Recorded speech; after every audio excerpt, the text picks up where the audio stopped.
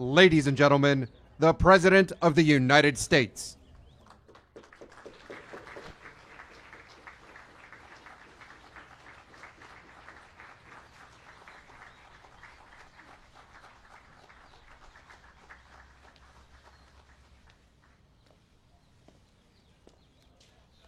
Thank you very much, everybody. Before we begin, I'd like to just say that we have a large team of very talented people in China. We've had a negotiation going on for about 2 days. It's going extremely well. Who knows what that means, because it only matters if we get it done, but we're very much working very closely with China and President Xi, who I respect a lot. Very good relationship that we have, and we're a lot closer than we ever were in this country with having a real trade deal. We're covering everything, all of the points that people have been talking about for years that said couldn't be done, whether it was theft or anything. The unfairness. We've been losing, on average, $375 billion a year with China. A lot of people think it's $506 billion. Some people think it's much more than that. We're going to be leveling the playing field. The tariffs are hurting China very badly. They don't want them, and frankly, if we can make the deal, it'd be my honor to remove them. But otherwise, we're having many billions of dollars pouring into our treasury. We've never had that before with China. It's been very much of a one-way street. So that's happening, and the relationship with China is very good. But I think they finally respect our country. They haven't respected us for a long time. Not for a long time. The UK and the US, as you probably have been seeing and hearing, we're agreeing to go forward and preserve our trade agreement. You know all of the situation with respect to Brexit and the complexity and the problems, but we have a very good trading relationship with UK, and that's just been strengthened further. So with the UK, we're continuing our trade, and we are going to actually be increasing it very substantially as time goes by. We expect that the UK will be very, very substantially increased as it relates to trade with the United States. The relationship there also is very good. We have a lot of great announcements having to do with Syria and our success with the eradication of the caliphate, and that'll be announced over the next 24 hours, and many other things. A lot of positive things are going on. We're working on a summit, and you know all about the summit. It'll be in Vietnam, Hanoi, and we'll be meeting in Hanoi. I think a lot of you will be going, I suspect, and I hope we have the same good luck as we had in the first summit. A lot was done in the first summit. No more rockets going up, no more missiles going up, no more testing of nuclear. Get back our remains, the remains of our great heroes from the Korean War. And we got back our hostages. But we hope we're going to be very much equally as successful. I'm in no rush for speed. We just don't want testing. The sanctions, as you know, remain. Everything is remaining. China's been helping us, and Russia's been helping us. And South Korea, I think you can say, has been, we've been working very closely with South Korea, with Japan. But China, Russia on the border have really been at least partially living up to what they're supposed to be doing, and that's okay, as per the United Nations. So we will have a meeting on the 27th and 28th of February. And I think that will be a very successful, and I look forward to seeing Chairman Kim. We have also established a very good relationship, which has never happened between him or his family and the United States. They have really taken advantage of the United States. Billions of dollars has been paid to them. And we won't let that happen, but we think that North Korea and Chairman Kim have a tremendous potential as an economic force, economic power. Their location between South Korea and then Russia and China right smack in the middle, is phenomenal. And we think they have a great chance for tremendous economic prosperity in the future. So I look forward to seeing Chairman Kim in Vietnam. Today I'm announcing several critical actions that my administration is taking to confront a problem that we have right here at home. We fight wars that are 6,000 miles away, wars that we should have never been in many cases, but we don't control our own border. So we're going to confront the national security crisis on our southern border, and we're going to do it one way or the other. We have to do it. Not because it was a campaign promise, which it is. It was one of many, by the way, not my only one. We're rebuilding the military. Our economy is thriving like never before. You look at other economies. They're doing terribly, and we're doing phenomenally. The market is up tremendously today. Not that that's anything, but, because I'll go back in and they'll say, oh, the market just went down.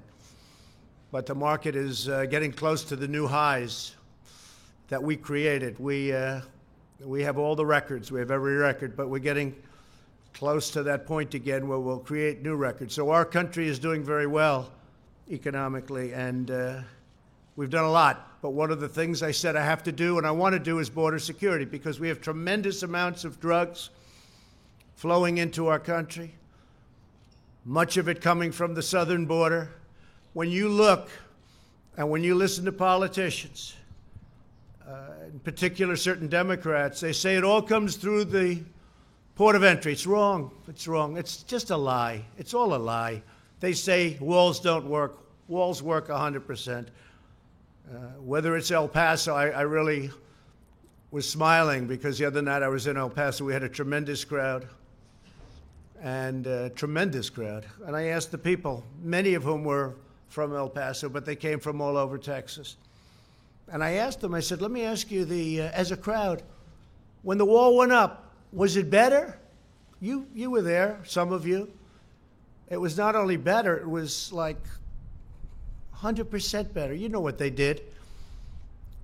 But that's only one example. There are so many examples. In El Paso, they have close to 2,000 murders right on the other side of the wall.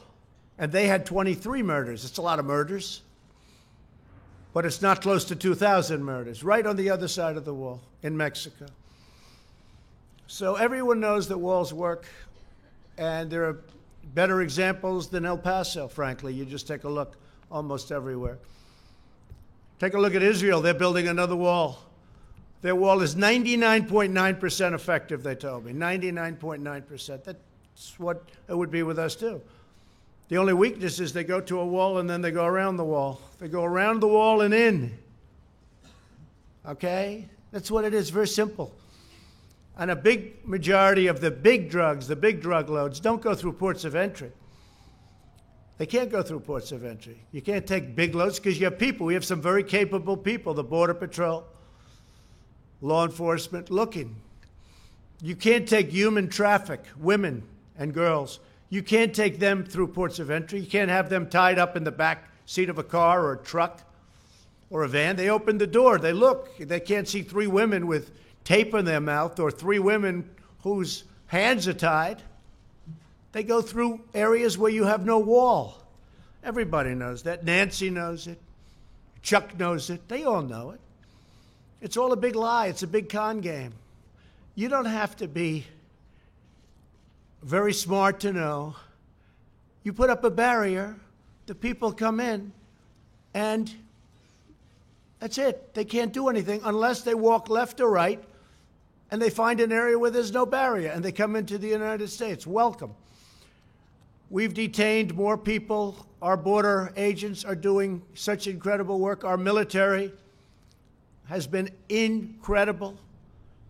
We put up barbed wire on top of certain old walls that were there. We fixed the wall and we loaded up with barbed wire. It's very successful. But our military has been fantastic, and I want to thank them. And it's very necessary.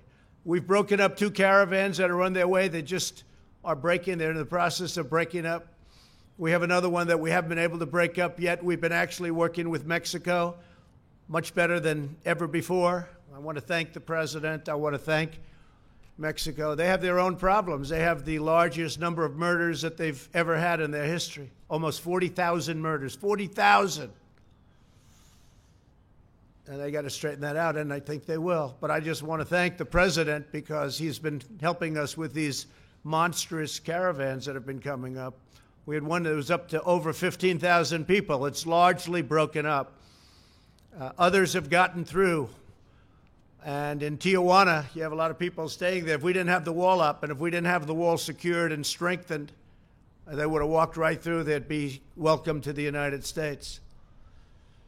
One of the things we'd save just a tremendous amount on would be sending the military. If we had a wall, we don't need the military because we'd have a wall. So I'm going to be signing a national emergency.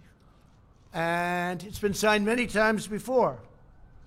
It's been signed by other presidents. From 1977 or so, it gave the presidents the power. There's rarely been a problem. They sign it. Nobody cares. I guess they weren't very exciting. But nobody cares. They sign it for far less important things in some cases, in many cases. We're talking about an invasion of our country with drugs, with human traffickers, with all types of criminals and gangs. We have some of the greatest people I know. They've been with me from the beginning of my campaign, almost from the first week, the angel moms. Unfortunately, we have new angel moms. One incredible woman just showed me her daughter, who we're talking about, killed in the year of 18. I said, I haven't seen you before. She said, no, I'm new. I said, that's too bad. It's too bad. It's so sad. Stand up just for a second. Show how beautiful your girl was.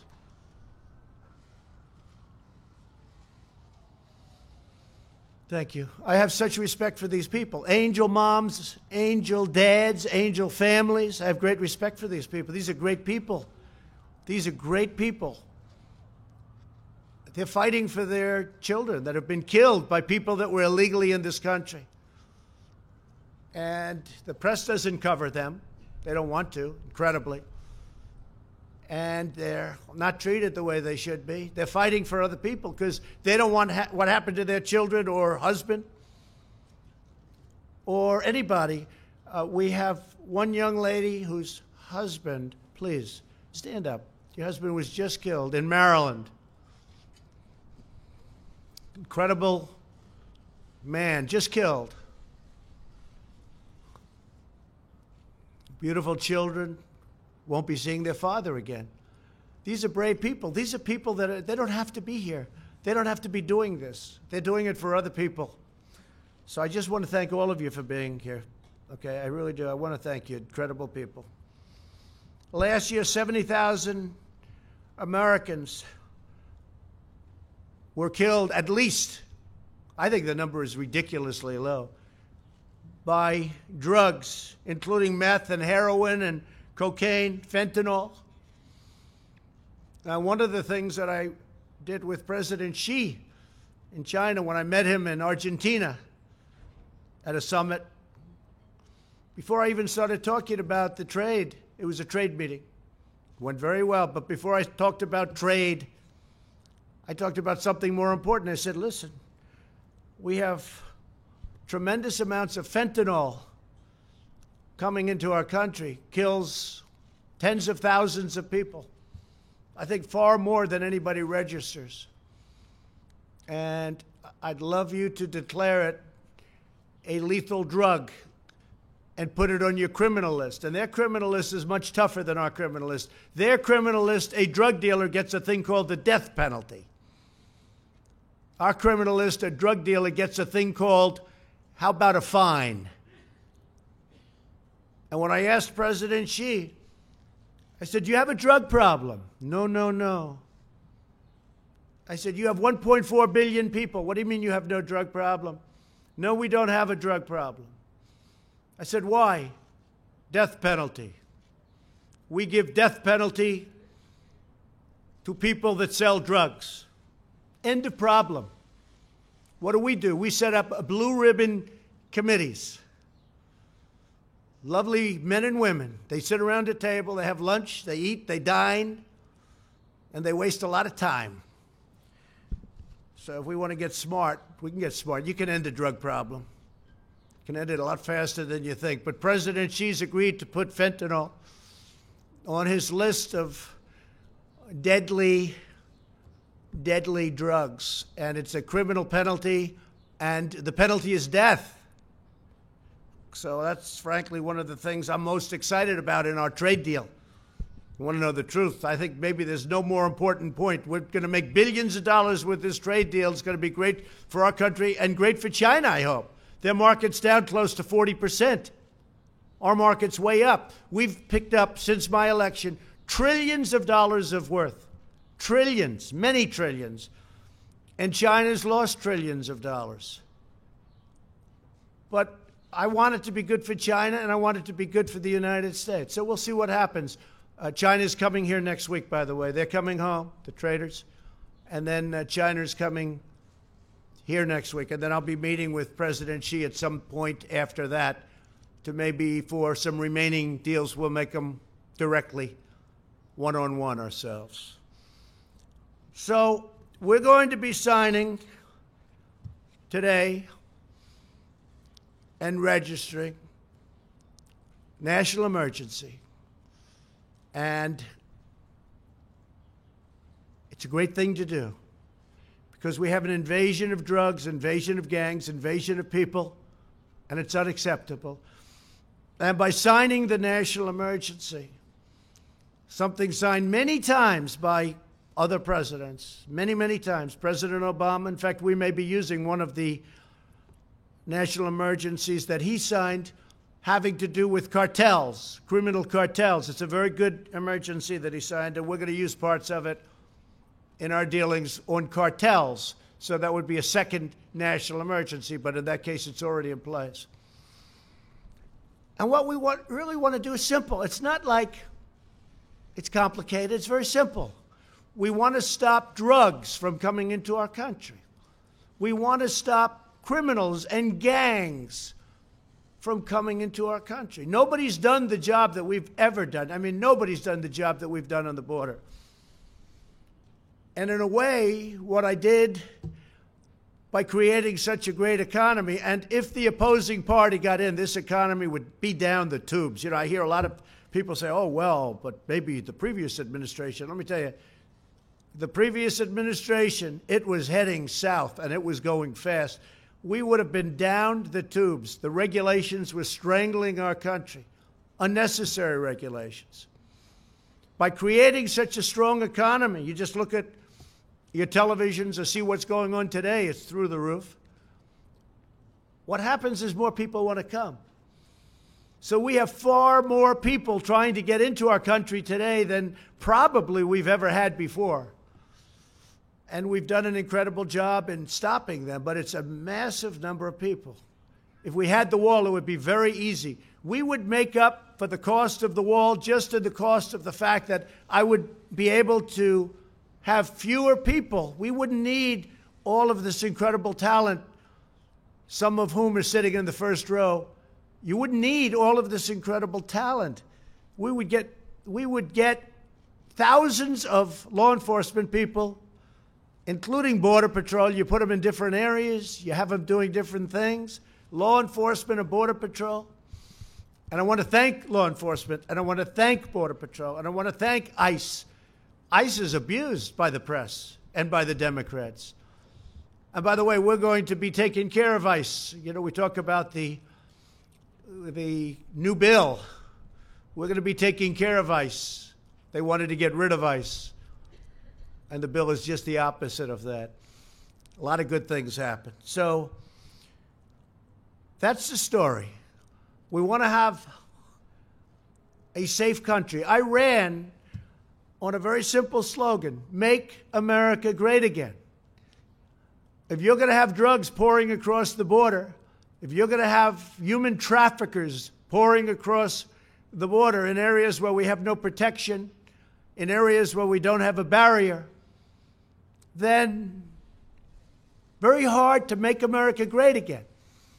But we've done a fantastic job, but we haven't been given the equipment. We haven't been given the walls. And in the bill, by the way, they didn't even fight us on most of the stuff. Ports of entry, we have so much money, we don't know what to do with it. I don't know what to do with all the money they're giving us. It's crazy. The only place they don't want to give us much money, $1,375 million. Sounds like a lot, but it's not so much, although we're putting it to much better use than it used to be.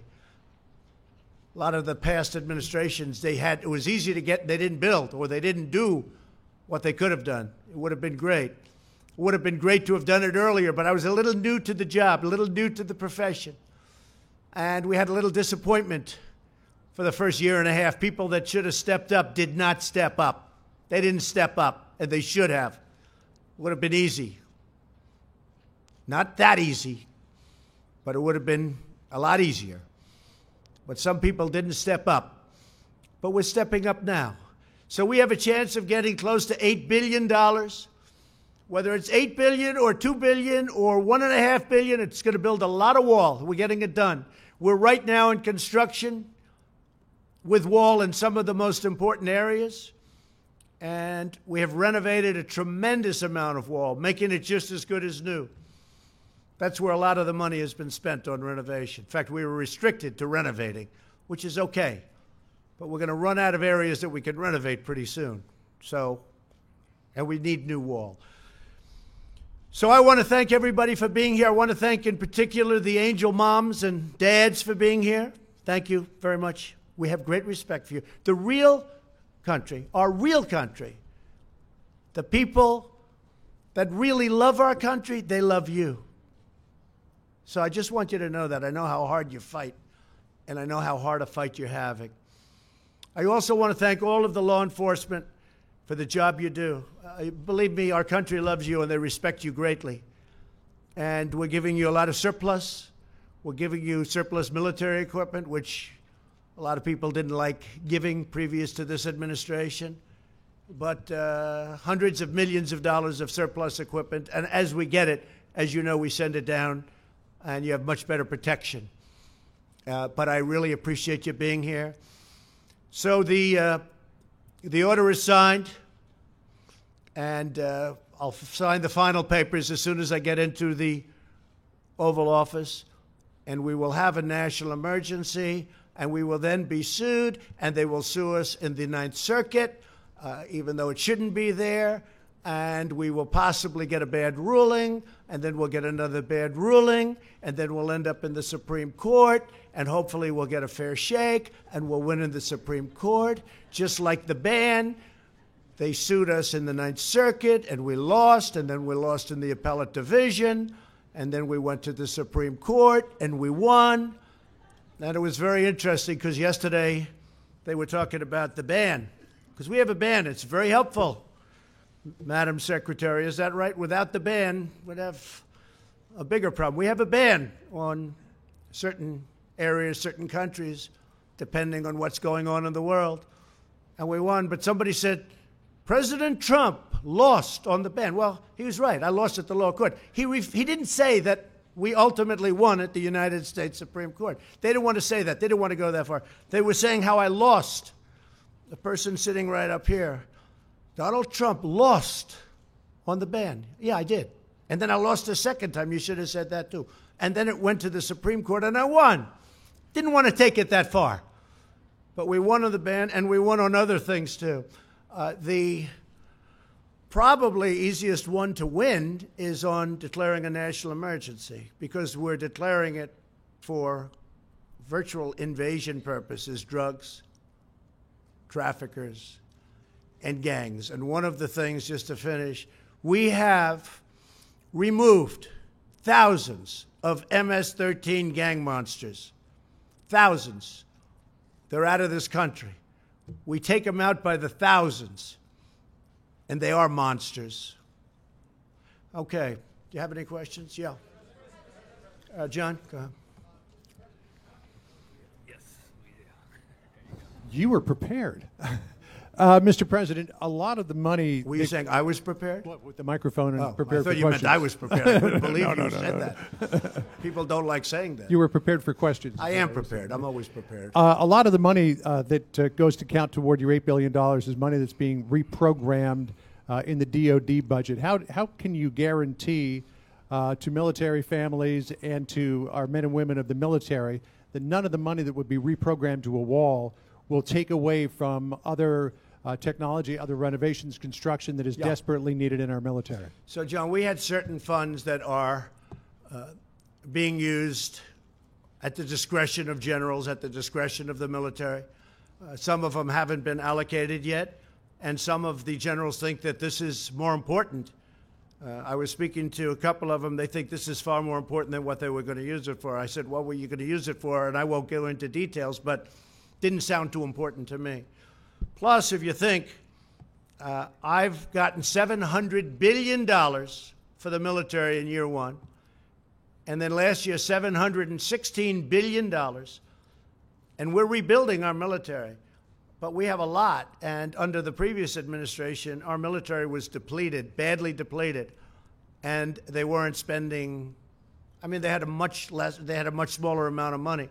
So when I got $700 billion and then $716 billion, and this year it's going to be pretty big too, because there's few things more important than our military. You know, I'm a big deficit believer in all of that, but before we really start focusing on certain things, we have to build up our military. It was very badly depleted. And we're buying all new jet fighters, all new missiles, all new defensive equipment. We'll soon have a military like we've never had before. But when you think about the kind of numbers you're talking about, so you have $700 billion, $716 billion, when I need $2 billion, $3 billion out of that for a wall, which is a very important instrument, very important for the military because of the drugs that pour in. And as you know, we have specific rules and regulations where they have drugs and what you can do in order to stop drugs, and that's part of it too. We're taking a lot of money from that realm also. But when you have that kind of money going into the military, this is a very, very small amount that we're asking for. Now, go ahead. Go ahead. ABC. Not NBC. I like ABC a little bit more, not much. Come on, ABC. Not much. Pretty close. Mr. President, what do you say to those, including some of your Republican allies, who say that you are violating the Constitution with this move and setting a bad precedent that will be abused by possibly Democratic presidents in the future? Marco Rubio. Well, not too many people, Not too many people have said that. But the courts will determine that. Look, I expect to be sued. I shouldn't be sued. Very rarely do you get sued when you do national emergency. And then other people say, oh, if you use it for this, now what are we using it for? We've got to get rid of drugs and gangs and people. It's an invasion. We have an invasion of drugs and criminals coming into our country that we stop, but it's very hard to stop. With a wall, it would be very easy. So I think that we will be very successful in court. I think it's clear.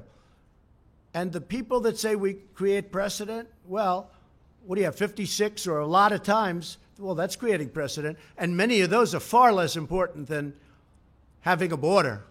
You don't have a border, you don't have a country. You know, we fight, before I got here, we fight all over the world to create borders for countries. But we don't create a border for our own country. So I think what will happen is, sadly, we'll be sued, and sadly, it'll go through a process, and happily we'll win, I think. Go ahead. Let's go. Let's hear it, NBC. Thank you, Mr. President. I just want to say, when in the past, when President Obama tried to use executive action as it related to immigration, you said the whole concept of executive order, it's not the way the country's supposed to be run. You said you're supposed to go through Congress and make a deal. Will you concede that you were unable to make the deal that you had promised in the past, and that the deal you're ending up with now from Congress is less than what you could have had before a 35-day shutdown? I went through Congress. I made a deal. I got almost $1.4 billion when I wasn't supposed to get $1. Not $1. He's not going to get $1. Well, I got $1.4 billion, but I'm not happy with it. I also got billions and billions of dollars for other things. Port of entries, lots of different things. The purchase of drug equipment, more than we were even requesting. In fact, the primary fight was on the wall. Everything else, we have so much, as I said, I don't know what to do with it. We have so much money. But on the wall, they skimped. So I was successful in that sense, but I want to do it faster. I could do the wall over a longer period of time. I didn't need to do this, but I'd rather do it much faster. And I don't have to do it for the election. I've already done a lot of wall for the election, 2020. And the only reason we're up here talking about this is because of the election. Because they want to try and win an election, which it looks like they're not going to be able to do. And this is one of the ways they think they can possibly win, is by obstruction and a lot of other nonsense. And I think that I just want to get it done faster. That's all. Okay. Yes, ma'am. Go ahead. Thank you, Mr. President. Thank Roberta you. Rampton from Reuters. I wanted to ask about China. Do you feel that enough progress has been made in the talks to head off the increase in tariffs scheduled for March 1? Well, you know, you're talking to the wrong person, because I happen to like tariffs, okay? I mean, we're taking in billions and billions of dollars in tariffs from China. And our steel industry now, as an example, we tax dumped steel. Much of it comes from China at 25%. Our steel industry is so vibrant now again. They're building plants all over the United States. It's a beautiful thing. And from a defensive standpoint, and from any standpoint, you need steel. You know, you can do without certain industries. Our country cannot do without steel. So I love tariffs, but I also love them to negotiate. And right now, China is paying us billions of dollars a year in tariffs. And I haven't even started. Now, here's the thing. If we make a deal, they won't have to pay. You know, it'll be a whole different story. They won't be paying that, but we'll have a fair deal. There won't be intellectual property theft. There won't be so many other things that have gone on. And no other president has done this. No other president. We didn't have a deal with China. You had the WTO, one of the worst trade deals ever made, probably even worse than NAFTA, if that's believable, which is, you know, hard to believe, because I think NAFTA was just a disaster. It was a total disaster for our country. And now we made the USMCA, which is going to be a great deal. And by the way, the USMCA from Mexico, that's United States, Mexico, Canada, that's where the money's coming from, not directly but indirectly, for the wall. And nobody wants to talk about that, because we're saving billions and billions of dollars a year if Congress approves that deal. Now, they might not want to approve a deal just because they'll say, one of the things I'm thinking of doing, this has never been done before. No matter how good a deal I make with China, if they sell me Beijing for $1, if they give me 50% of their land and every ship that they've built over the last 2 years, which is a lot, and they give them to me free, the Democrats will say, what a lousy deal. That's a terrible deal. Like ZTE, I got more than $1 billion penalty in a short period of time. And the Democrats said, oh, should have gotten more. When I made that deal, I said, this is incredible. I got over $1 billion penalty, plus they had to change their board of directors. They had to change their top management. But they had to pay over $1 billion. I said, what a deal. It took like a week. And the Democrats didn't even know there was a problem with ZTE.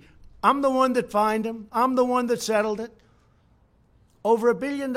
And President Xi called me, and he said it would be important to him if they could get a deal. And we made a deal, paid like in a short period of time. The Democrats went out and said, oh, they should have done better. So what I'm thinking of doing is getting Chuck Schumer, getting Nancy Pelosi, having them bring 2 or 3 of their brilliant representatives, and we'll all go down together, and what we'll do is we'll negotiate. I'll put them in the room and let them speak up. Because any deal I make with China, if it's it's going to be better than any deal that anybody ever dreamt possible. Or I'm not going to have a deal. It's very simple. But any deal I make with China, Schumer's going to stand up and say, oh, it should have been better. It should have been better. And you know what? That's not acceptable to me. So I'm thinking about doing something very different. I don't think it's ever been. I just don't want to be second guessed. But that's not even second guess. That's called politics. Sadly, I probably do the same thing to them. Okay?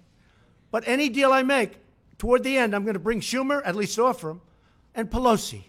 I'm going to say, please join me on the deal. And by the way, I just see our new Attorney General is sitting in the front row.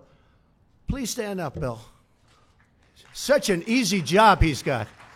He's got the easiest job in government. Thank you, and congratulations. That was a great vote yesterday. Thank you very much. Yes, go ahead. Go ahead. In your remarks, sir, you said that you were too new to politics earlier in your administration when you would have preferred that this be done. Is that an admission of how you might be changing on the job? And well, I'm learning. I mean, I am learning. Don't forget, it's not like I've done this for. A senator came into my office and said, sir, I've been running for office for 30 years. I've won 7 out of 7. I did lose a couple when I was younger. I said, well, I've won 1 out of 1. But, you know, I never did politics before.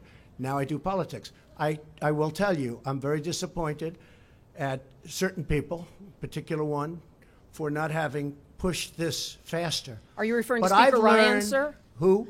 Speaker Ryan? Let's not talk about it. Okay. What difference does it make? But they should have pushed it faster. They should have pushed it harder. And they didn't. They didn't. If they would have, it would have been a little bit better. In the meantime, I've built a lot of wall. I have a lot of money, and I built a lot of wall. But it would have been nice to have gotten done. And I would like to see major immigration reform. And maybe that's something we can all work on, Bill, where we all get together and do major immigration reform, not just for a wall, for a barrier, for port of entry, for other things. We have a real problem. We have catch and release. You catch a criminal, and you have to release him. We have so many other things. You have chain migration, where a bad person comes in, brings 22 or 23 or 35 of his family members because he has his mother, his grandmother, his sister, his cousin, his uncle. They're all in. You know what happened on the West Side Highway. That young wise guy drove over and killed 8 people and horribly injured. Nobody talks about that. Horribly, like loss of legs and arms. Going 60 miles an hour, he made a right turn into a park on the West Side Highway along the Hudson River in New York. He had many people brought in because he was in the United States. It's called chain migration. And then you have the lottery. It's a horror show. Because when countries put people into the lottery, they're not putting you in. They're putting some very bad people in the lottery. It's common sense. If I ran a country, and if I have a lottery system of people going to the United States, I'm not going to put in my stars. I'm going to put in people I don't want. The lottery system's a disaster. I'm stuck with it. Mr. President, could you tell us... It should have never happened. Okay. Mr. President, could you tell us to what degree some of the outside conservative voices helped to shape your views on this national emergency? I would talk about it. Look, Sean Hannity has been a terrific, terrific supporter of what I do, not of me. If I changed my views, he wouldn't be with me. Rush Limbaugh, I think he's a great guy. He's a guy who can speak for 3 hours without a phone call. Try doing that sometime. For 3 hours he speaks. He's got one of the biggest audiences in the history of the world. I mean, this guy is unbelievable. Try speaking for 3 hours without taking calls. Taking calls is easy. Okay, I'll answer this one, I'll answer that one. He goes for 3 hours, and he's got an audience that's fantastic. Wait, they don't decide policy. In fact, if I went opposite, I mean, they have somebody, Ann Coulter. I don't know her. I hardly know her. I haven't spoken to her in way over a year. But the press loves saying Ann Coulter. Probably if I did speak to her, she'd be very nice. I just don't have the time to speak to her. I would speak to her. I have nothing against her. In fact, I like her for one reason. When they asked her, like right at the beginning, who's going to win the election? She said, Donald Trump. And the 2 people that asked her that question smiled. They said, you're kidding, aren't you? Nope, Donald Trump. So I like her. But she's off the reservation, but anybody that knows her understands that. But I haven't spoken to her. I don't follow her. I don't talk to her. But the press loves to bring up the name Ann Coulter. And you know what? I think she's fine. I think she's good, but I just don't speak to her. Laura's been great, Laura Ingraham. Tucker Carlson's been great. I actually have a couple of people on CNN that have been very good. I have some on MSNBC the other day. They did a great report of me. I say, where the hell did that come from? I think it was the only one in over a year. So the crazy thing is, I just had, as you know, Rasmussen 52% in the polls. It's my highest poll number. And people get what we're doing. They get it. They really get it. And I'm honored by it. Yes, Jim Acosta. Thank you, Mr. President. I wonder if you could comment on this disconnect that we seem to have in this country, where you are presenting information about what's happening at the border, calling it an invasion, talking about women with duct tape over their mouths and so on. And yet there's a lot of reporting out there. There's a lot of crime data out there. There's a lot of Department of Homeland Security data out there that shows border crossings at a near record low. That shows undocumented immigrants committing crime at lower levels. That shows undocumented criminals or undocumented immigrants committing crime at lower levels than native-born Americans. What do you say to you don't really believe that stat? Do you really believe that? What do you?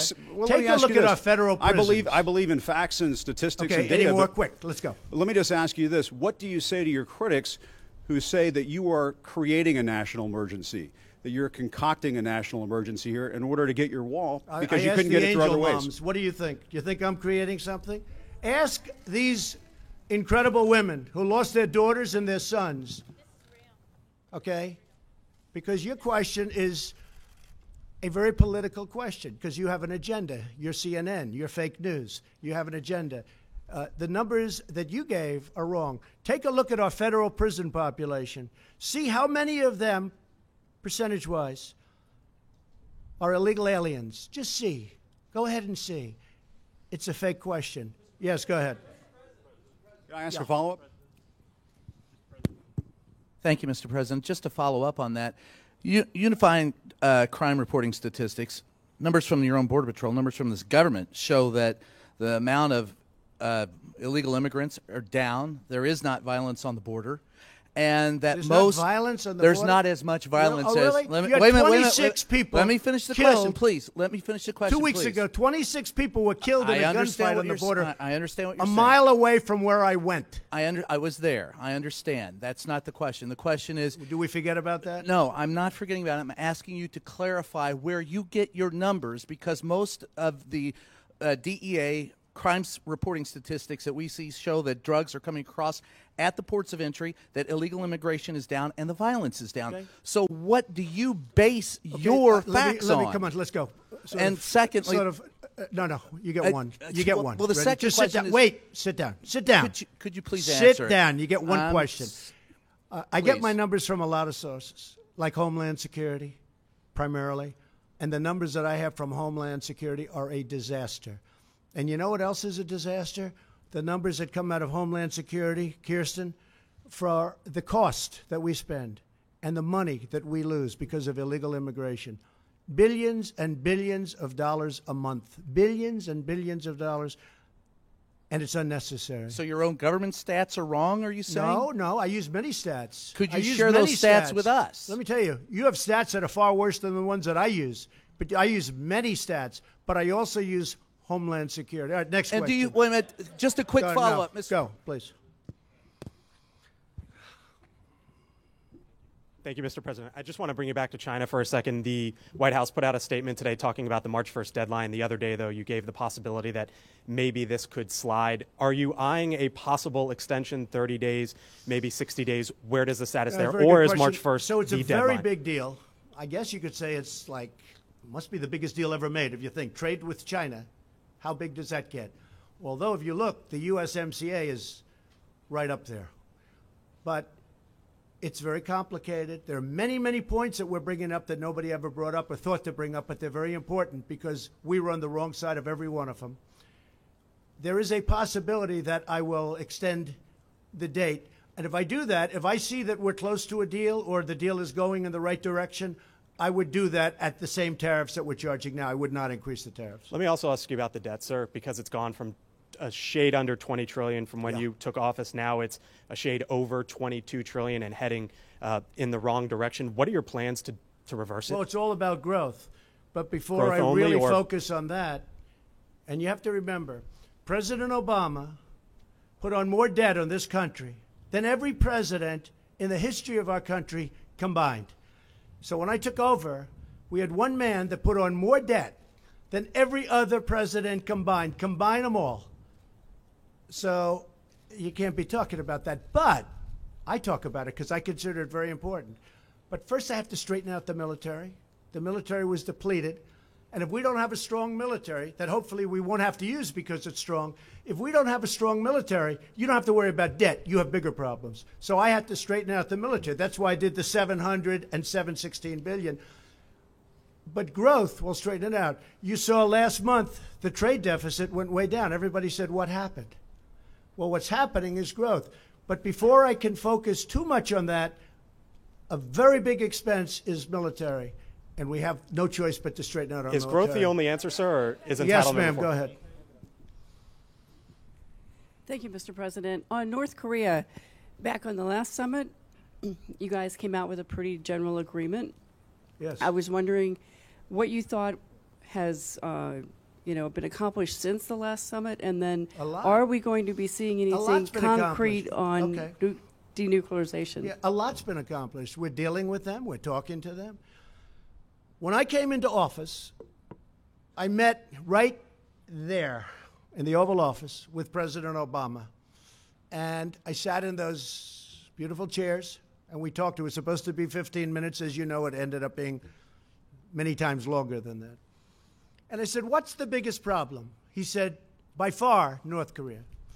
And I don't want to speak for him, but I believe he would have gone to war with North Korea. I think he was ready to go to war. In fact, he told me he was so close to starting a big war with North Korea. Now, where are we now? No missiles, no rockets, no nuclear testing. We've learned a lot. But much more importantly than all of it, much more important than that, is we have a great relationship. I have a very good relationship with Kim Jong-un. And I've done a job. In fact, I think I can say this. Prime Minister Abe of Japan gave me the most beautiful copy of a letter that he sent to the people who give out a thing called the Nobel Prize. He said, I have nominated you, or respectfully on behalf of Japan, I am asking them to give you the Nobel Peace Prize. I said, thank you. Many other people feel that way too. I'll probably never get it, but that's okay. They gave it to Obama. He didn't even know what he got it for. He was there for about 15 seconds and he got the Nobel Prize. He said, oh, what did I get it for? With me, I probably will never get it. But if you look at Idlib province in Syria, I stopped the slaughter of perhaps 3 million people. Nobody talk about that. They don't talk about that. Russia and Iran and Syria were going to go in and perhaps destroy 3 million people in order to get 45,000 terrorists. And I heard about it from a woman who had her parents and her brothers living there, and she said, please, please. And I said, no, it can't happen. What are you talking about? No, they're going to get, and I come home and I read a certain paper where the story was there that they were actually forming to go into, to really do big destruction. And I put out a statement that you better not do it. And in all fairness to Russia and Iran and Syria, they didn't attack, or they're doing it surgically at least. Saved a lot of people. We do a lot of good work. This administration does a tremendous job, and we don't get credit for it. But I think the people understand what we do. So Prime Minister Abe gave me, it's the most beautiful 5-page letter. Nobel Prize. He sent it to them. You know why? Because he had rocket ships and he had missiles flying over Japan. And they had alarms going off. You know that. Now all of a sudden they feel good. They feel safe. I did that. And it was a very tough dialogue at the beginning. Fire and fury, total annihilation. My button is bigger than yours and my button works. Remember that? You don't remember that. And people said, Trump is crazy. And you know what it ended up being? A very good relationship. I like him a lot and he likes me a lot. Nobody else would have done that. The Obama administration couldn't have done it. Number one, they probably wouldn't have done it. And number two, they didn't have the capability to do it. So I just want to thank everybody. I want to wish our new Attorney General great luck and speed and enjoy your life. Bill, good luck. A tremendous reputation. I know you'll do a great job. Thank you very much. And thank you, everybody. Thank you very much. Thank you.